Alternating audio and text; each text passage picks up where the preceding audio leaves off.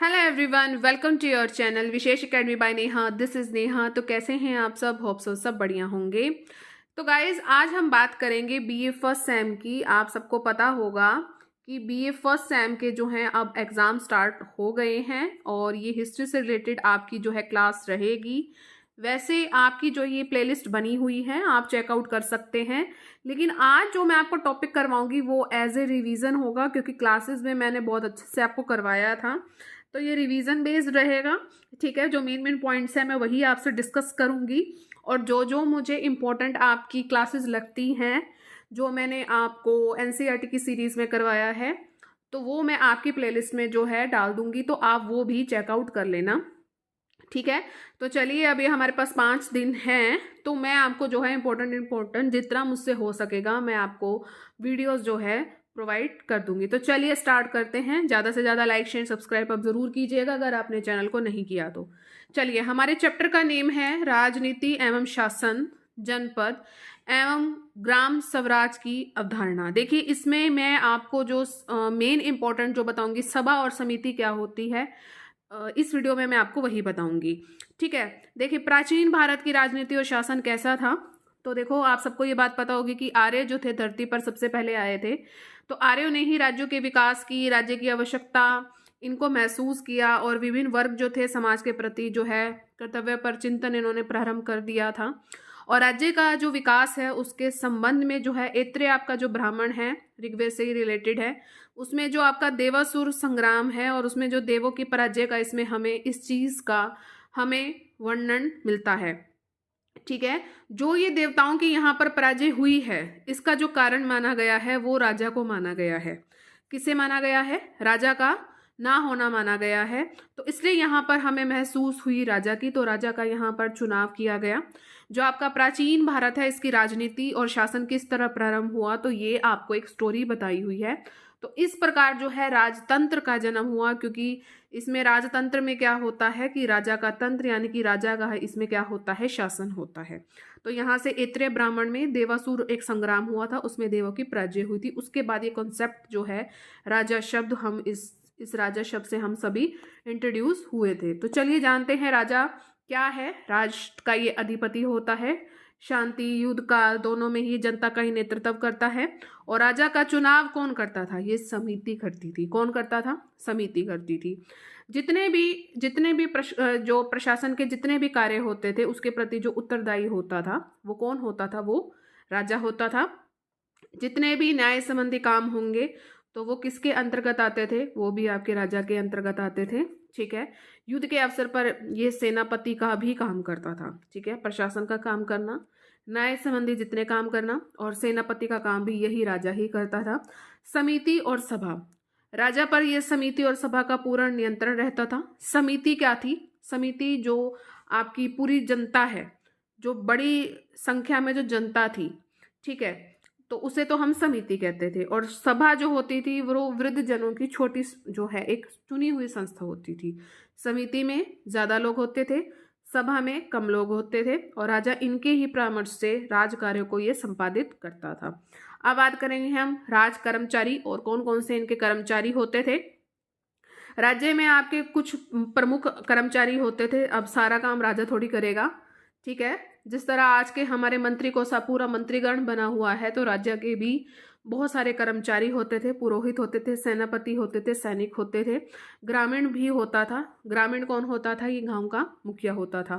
पुरोहित क्या काम करता था? सारे धार्मिक अनुष्ठान ही करता था। राजनीतिक संगठन की बात करें, राजनीतिक संगठन का जो आधार होता था वो क्या होता था? वो होता था कुल। क्या होता था? कुल। कुल का जो पति, मतलब जिसके अंडर सब कुछ हुआ, उसको कहते थे कुलपति। अब कुलपति का जो आज्ञा का पालन करना आवश्यक था। और जब बहुत सारे कुल मिल गए हैं कई कुलों के संगठन से, जैसे मान लो ये सारे कुल हैं, तो इससे क्या बना? इससे आपका गांव बना। ये आपके कुल हो गए, ठीक है। ये कई कुलों के संगठन से ग्राम बना। अब ग्राम का मुखिया कौन होता था? ग्रामीण होता था। इस तरह आप याद करेंगे, ठीक है। और जब ग्राम का इसका बहुत बड़ा संगठन, वृहद संगठन को हम विश कहते थे। वृहद मतलब बड़ा, ठीक है, बहुत बड़ा। इन गांव का भी बहुत बड़ा संगठन विश, ठीक है, और ये किसके अधीन होता था? विशपति के। इस तरह आप याद करेंगे। ठीक है, सबसे पहले कुल, कुल से बने ग्राम, ठीक है, ग्राम का ग्रामीण मुखिया, वृहद संगठन विश, विश का विशपति। अब विश्व के जो है, विश्व से भी एक बड़ा संगठन बना जिसको आप क्या कहोगे? जैसे बहुत सारे विश्व हो गए हैं, विशपति इसका मुखिया होता है, बहुत सारे विश्व हो गए हैं, विश्व से भी बड़े संगठन को आप क्या कहते हो? जनपद कहते हो। ठीक है, क्या कहते हो? जनपद। अब ये बहुत सारे जब जनपद इकट्ठे हो जाते हैं तब आपका महाजनपद आ जाता है, जो आपका नेक्स्ट टॉपिक है 16 महाजनपद। ठीक है, अब ये जो जनपद है इसका प्रधान कौन होता था? राजन होता था, और राज्य के लिए राष्ट्र शब्द का यहाँ पर प्रयोग किया गया है। इनकी युद्ध प्रणाली कैसे थी वो पढ़ लेते हैं। इनकी जो युद्ध प्रणाली है वो शांति प्रिय थे, और अवसर आने पर ये युद्ध के लिए भी हमेशा तत्पर रहते थे। पैदल और रथी होते थे, रथों में घोड़े जिसमें जोते जाते थे। युद्ध में यहाँ पर सैनिक धनुष बाण, फरसे, बर्छे, बाले, ये सभी इनका यूज करते थे। धर्म पर इनका युद्ध आधारित होता था, और ये शरण में आए बंदों को भी थोड़ी सी हेल्प कर देते थे। ठीक है, चलिए अब राजा के बारे में थोड़ा सा और जान लेते हैं। कृषि उन्नति, प्रजा के लिए ये सारे काम करते थे। ठीक है, ये आप जो है अपनी स्टेटमेंट आप खुद देख लीजिएगा। राज कर्मचारी हैं। इस काल के जो राज्य के जो अधिकारी होते थे उनको क्या कहा जाता था? उनको रत्निन कहा जाता था। क्या कहा जाता था? रत्निन कहा जाता था।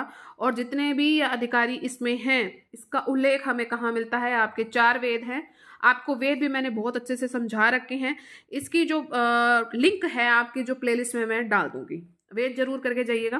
तो इन अधिकारों का जो उल्लेख है वो हमें कहाँ मिलता है? हमें उल्लेख मिलता है अथर्ववेद में। जो अधिकारी इसके अंडर काम करते थे तो इनका उल्लेख हमें कहाँ मिलता है? अथर्ववेद में। और जो आपका तैत्तिरीय ब्राह्मण है उसमें इन अधिकारियों का वर्णन है। अब ये अधिकारी कौन कौन से थे? पुरोहित, राजन्याय, महिषी, वावाद, परिवृत्ति, सूत, सेनानी, ग्रामीण, शता, संहिता, बागदूत, अश्वा, पाव। ठीक है, अब बात करेंगे हम इनके राजनीतिक संगठन की।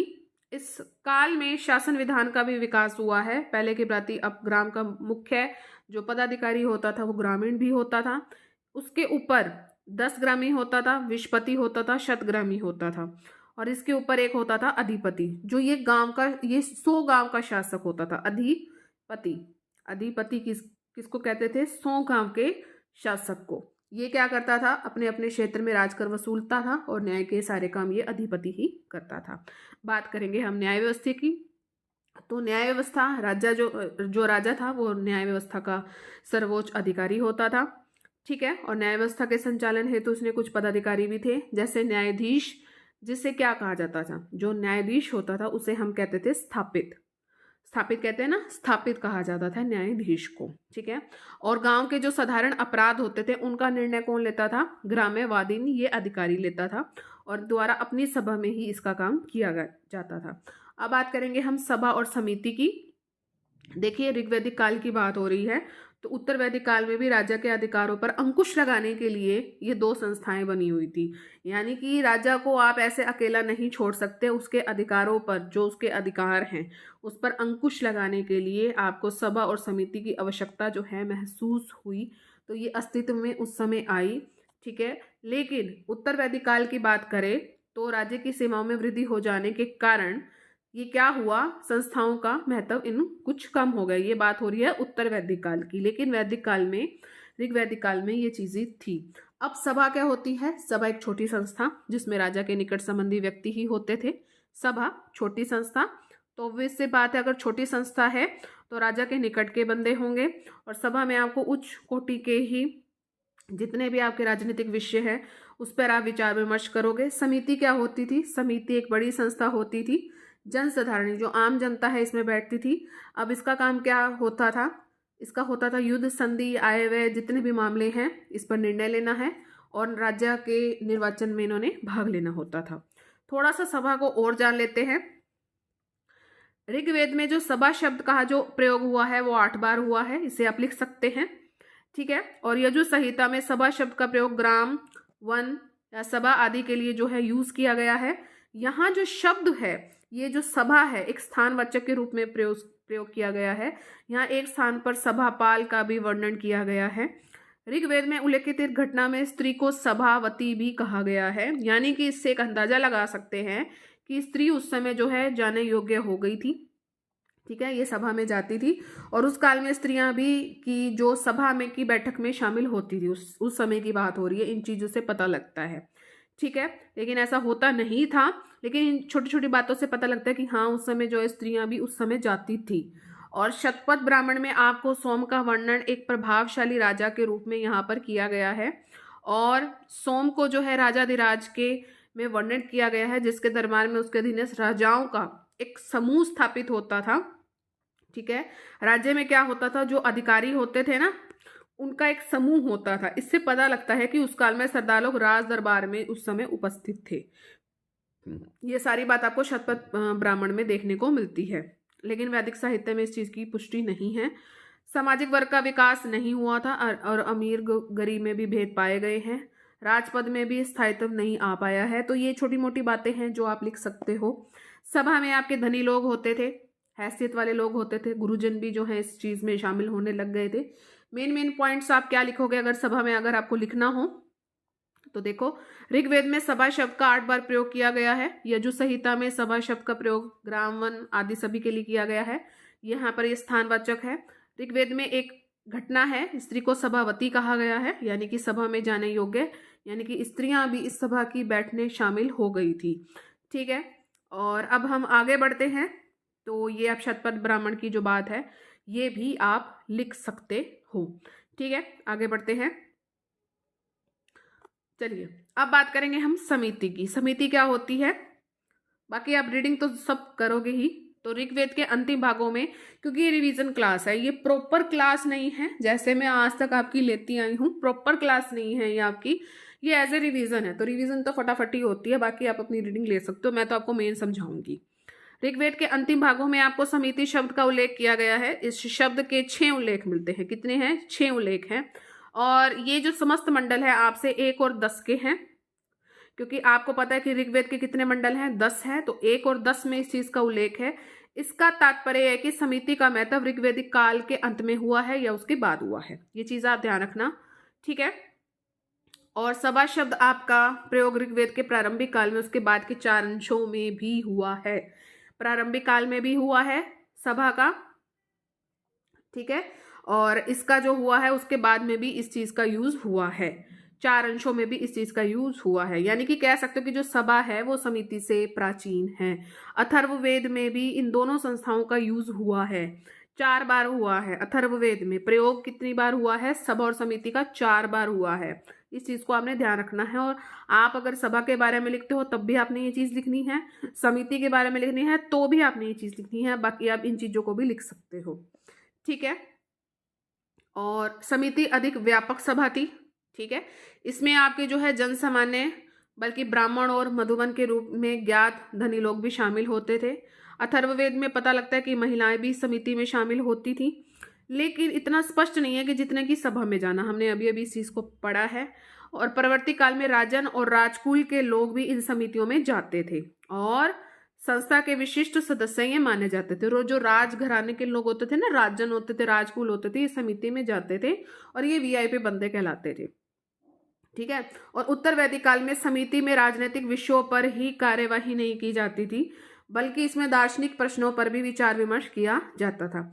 समिति में जो विद्वान लोग होते थे वो शामिल होते थे। ठीक है, जो विद्वान लोग होते थे वो शामिल होते थे और समिति के सभी सदस्य एकजुट होकर सही निर्णय कर सके, इसके लिए समिति में प्रार्थना भी की जाती थी। ठीक है, सारे एक जैसे आप निर्णय ले सको, इसके लिए समिति में प्रार्थना भी की जाती थी। इससे स्पष्ट होता था कि धार्मिक अनुष्ठानों और प्रार्थनाओं से भी समिति का संबंध होता था। वेरी इंपॉर्टेंट, कि जो धार्मिक अनुष्ठान किए जाते थे और जो प्रार्थनाएं की जाती थी उसका समिति से संबंध होता था। और समिति का संबंध देवताओं को अर्पित की जाने वाली महाबली, जो बलि चढ़ाते थे ना, उससे भी इस चीज से होता था। समिति में अग्निदेव का आह्वान भी किया गया है और वे बलि का अपना जो है अंश जो है ग्रहण कर सके। तो इस चीज का उल्लेख भी आपको समिति में देखने को मिलता है। ठीक है, आगे बढ़ते हैं। राज्य के जो प्रशासन संबंधी जितने भी राजनीतिक कार्य हैं वो समिति द्वारा ही किए जाते थे। समिति द्वारा ही राज्य को निर्वाचित किया जाता था, उसको पूर्ण निर्वाचित भी किया जाता था। ये चीज़ें जो राजा के लिए होती थी वो सारा का सारा काम कौन करता था? समिति करती थी। ऐसा क्यों? क्योंकि उसमें जनसाधारण लोग थे और सभा में आम जन नहीं जा सकते थे, बड़े बड़े लोग ही बैठते थे। ठीक है, राजनीतिक कार्य इसमें इसमें आप जो है इस चीज़ का उल्लेख किया जाता था। इसमें जो है आपके आय व्यय का जो मतलब कि सभा मतलब समिति होती थी वो समाज के लिए होती थी, आप एक तरह से कह सकते हो। समिति होती थी समाज के लिए और जो सभा होती थी वो पर्सनली राजा के लिए होती थी। इन शॉर्ट में अगर आपको बताऊं तो यही समिति जो होती थी इसी यही जो क्या करती थी, ये राजा का निर्वाचन भी करती थी। और अगर राजा को दोबारा निर्वाचित करना है, पुनः निर्वाचित करना है, तो ये समिति करती थी, ना कि सभा करती थी। ठीक है, इतनी चीजों को आप ध्यान रखना। समिति के संबंध में उपमाएं भी दी गई हैं। समिति जो है समिति में जाते हुए सच्चे राजा की भांति इस उपमा से स्पष्ट होता है कि जो राजा है उसके लिए समिति का अत्यंत महत्व था। बिल्कुल था। अगर ये पूरी की पूरी समिति अगर इसको जो है निर्वाचित कर रही है, पुनर्निर्वाचित कर रही है, तो इसका तो बहुत ज्यादा महत्व तो होगा ही होगा। ठीक है, और अनेक ऋचाओं द्वारा राजा को समिति में उपस्थित होते हुए उनकी कार्यवाही हो गया, मार्गदर्शन दिखलाया गया है। ऋचाओं द्वारा अच्छी अच्छी बातों के द्वारा राजा को समिति में उपस्थित होते हुए जितनी भी कार्यवाही है उसको एक गाइडेंस की तरह मतलब लिया गया है। और समिति में जाना राजा का बिल्कुल क्या होता था? कर्तव्य होता था। ये सब चीजें जितनी भी राजा की अच्छी अच्छी बातें हैं तो आप ये इसको जरूर रीड आउट करके जाओगे। मेन आपको मैंने बता दिया है। चलिए, समिति के विचारों की एकता पर आपको ऋग्वेद और अथर्ववेद जो है इन दोनों में ही बल दिया गया है। चाहे ऋग्वेद है, ये आपका सबसे पुराना वेद है, और अथर्ववेद जो है आपका नया है, इसमें आपको दोनों में ही बल दिया गया है। और कभी सभा में सहमति के लिए प्रार्थना करते हुए कहा कि यही बात कही गई कि हमारा मंत्र एक हो, समिति एक हो, मन एक हो, हमारे विचार एक हो। यानी कि ये आपसी सहमति को बहुत ज़्यादा बढ़ावा देते हैं और लोग जो समिति तक सहमति तक पहुंचने के लिए समिति का जो है मार्ग अपनाते थे, क्योंकि इसी में ही आपको ये सारी चीज़ें दिखने को मिल सकती हैं। हमारा मंत्र एक हो, हमारी समिति एक हो, मन एक हो और विचार एक हो। ये सारी चीज़ें आपको समिति में ही देखने को मिल सकती है। जितनी भी आपकी तंत्र मंत्र हैं, प्रार्थनाएं हैं, विधि विधान हैं, उनके जितने भी कांटों का उद्देश्य था वाद विवाद में अपने प्रतिपक्ष को निरुत्तर करना, ये सारी चीज़ें आपको जो है समिति में देखने को मिलती हैं। समिति में ही आपको महत्वपूर्ण विषयों पर विचार विमर्श करके निर्णय लिए जाते थे। ठीक है, और इस संस्था में आपको वाद विवाद द्वारा वैचारिक एकता पर पहुंचाया जाता था। तो ये सब चीज़ें वाद विवाद का उद्देश्य है, हमारे प्रस्तावों का परिणाम है। वाद विवाद को भी इसमें जो है इंक्लूड किया जाता था समिति में, क्योंकि इतने सारे बंदे होंगे तो वाद विवाद तो होगा ही होगा। ठीक है, चलिए नेक्स्ट जो है आपका ये आपका लास्ट टॉपिक है कि सभा और समिति का संबंध किस तरह है। देखिए, वैसे तो एक जैसा ही लगते हैं लेकिन अलग अलग हैं। वैदिक काल के लोगों के अनुसार सभा और समिति दोनों एक ही उद्गम है, क्योंकि ये दोनों ही प्रजापति की पुत्रियां हैं। ठीक है, सभा और समिति के कार्य और गठन में भेद करना बहुत कठिन है। आरंभ में दोनों के गठन में और इनके कार्यों में हमें कोई भेद नहीं मिलता। अथर्ववेद की एक ऋचा के अनुसार इन संस्थाओं की बैठक का कोई निश्चित स्थान भी नहीं था, बल्कि इनके सदस्य तो अपने अपने दलों के साथ ही घूमते रहते थे और आवश्यकता के अनुसार इनकी बैठकों का स्थान भी बदलता रहता था। लेकिन जैसे जैसे समय परिवर्तन हुआ, एक विद्वान है चैडविक, उनके अनुसार कुछ ऐसे हमें साक्ष्य मिले हैं जिनसे हमें इस चीज का पता लगा है कि सभा और समिति में कोई अंतर, स्पष्ट अंतर नहीं है। एकमात्र अंतर यही था कि ये सभी न्यायिक कार्य करती थी, दोनों ही न्याय कार्य करती थी। लेकिन जो आपकी सभा है ये न्यायिक कार्य करती थी। ऐसा क्यों? क्योंकि राजा का इस पर पूरा प्रभाव था, तो न्याय के कार्य तो सभा ही करेगी, समिति ऐसा नहीं कर सकती। अंडरस्टूड है, क्योंकि हमने अभी अभी इस चीज को पढ़ा है। ठीक है, और लेकिन जैसे समय परिवर्तन होता गया, समय परिवर्तित हुआ तो सभा का जो अभिजात्य होता चला गया और अंत में वह राजदरबार बन गई। समिति का यहाँ पर लोप हो गया, यानी कि जो सभा थी ना वो आगे बढ़ती गई और जैसे जैसे टाइम बीता तो सभा आगे आगे होती गई, लेकिन जो समिति है यहाँ पर विलुप्त हो गई। ठीक है, और चैडविक मानते हैं कि जनजातीय सभाएं मुख्यतः धार्मिक संस्थाएं जो है प्रतीत होती हैं। विद्वान सभा और समिति के स्वरूप में एक संबंध में एक मत बिल्कुल भी नहीं है। सभा एक सम्मिलन स्थल है। ठीक है, सम्मिलन स्थल है। ठीक है, और जो सामाजिक समारोह के केंद्र का भी ये काम करती है। जितने भी आपके सामाजिक समारोह होते हैं सभा उस चीज का भी काम करती है। और सभा का अर्थ जो है आमतौर पर सार्वजनिक से लोगों का कई एकत्रित होना होता है, किंतु जो सभा केवल एक स्थान विशेष तक सीमित रही हो यह संभव नहीं लगता है। लगता है क्या? नहीं लगता है, क्योंकि न्याय कार्य भी संपन्न करने पड़ते थे। आप इसको कर भी सकते हो, नहीं भी कर सकते, ये आपकी इच्छा होगी। ठीक है, मेन कारण जो है आपको यही याद करना है कि लगता तो एक जैसा ही है, लेकिन इन दोनों में बहुत ज़्यादा फर्क था। सबसे बड़ा मेन फर्क यही है कि जो सभा है वो न्याय कार्य करती थी, न्याय के सारे कार्य सभा करती थी, समिति ऐसा कार्य नहीं करती थी। लिखने के लिए आप ये भी लिख सकते हो कि सभा में जो है राजा का प्रभुत्व रहता था, समिति में जनसाधारण का प्रभुत्व था। तो ये जो जितने भी न्याय कार्य होंगे तो वो राजा के अंडर ही होंगे, ना कि समिति ऐसे कार्य करेगी। तो सबसे मेन कारण जो इसके लिए कहा गया है वो न्यायकारिक है। दूसरा, आप इसमें चीज़ ये लिख सकते हो कि जैसे जैसे समय में परिवर्तन शुरू होता गया, आगे जैसे बड़ा समय, तो सभा जो है आगे आगे चलती रही, लेकिन समिति जो है ये विलुप्त हो गई, क्योंकि ये प्राचीन थी, क्योंकि इस पे जो है राजा का प्रभाव था। तो इसको तो आगे ले गए, जनसाधारण को पीछे कर दिया। इस तरह आप जो है लिख सकते हैं टॉपिक को, अगर आपका ये क्वेश्चन आता है। तो कैसा लगा ये सेशन? उम्मीद है अच्छा लगा होगा। इसी आपके चैप्टर में आपका 16 महाजनपद है। ठीक है, और इस जब ये वीडियो अपलोड हो जाएगी तो इसके नीचे ही आपको 16 महाजनपद की भी वीडियो मिल जाएगी, आपको देखने को मिल जाएगी, क्योंकि एनसीईआरटी में मैंने आपको करवा दिया है। वही सेम आप इसमें कर सकते हैं। नेक्स्ट जो आपका जो चैप्टर होगा वो भी इम्पोर्टेंट ही होगा। देखो, मैं एज ए रिवीजन ले रही हूँ, आप देख रहे हो कि बस मेन पॉइंट्स करवाए, बस आपको रिवीजन तौर पे ये सब कुछ मिल रहा है।